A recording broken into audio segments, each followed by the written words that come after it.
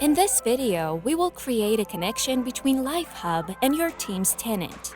Before you can start, you must have the necessary privileges to create a SaaS subscription in the Azure portal. You will also need admin privileges for your Microsoft Teams tenant. Let's start creating a Teams connection. In the Live Hub main screen, select Teams. Click on Configure Tenant. Select the license type. If needed, increase the number of Teams users. Enter an email address to which instructions and activation links will be sent. Click on the tenant activation link to continue. Enter the Microsoft 365 UC admin credentials, and then click on Start Authentication.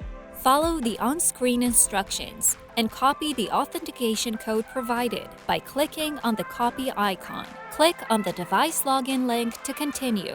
When prompted to enter the code, paste the authentication code and click on Next.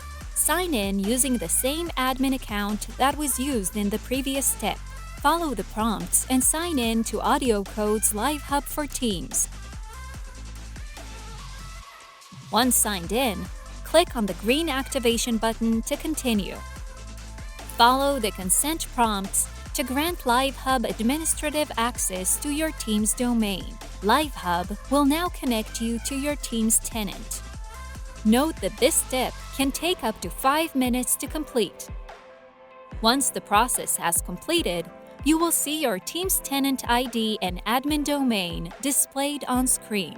We will now create a Teams connection that enables calls from the Teams clients to be passed to Live Hub and vice versa. Click on Add New Connection. Enter a name for your new Teams connection. Click on Create. The Teams connection appears in the creating state. Wait up to 10 minutes for the creation process to complete. Once the process has finished, the Teams connection state will change to active. Congratulations! The Teams connection creation process is now complete. For more information on how to manage the Teams tenant, assign phone numbers, and configure lifecycle management, please see the Live Hub online documentation.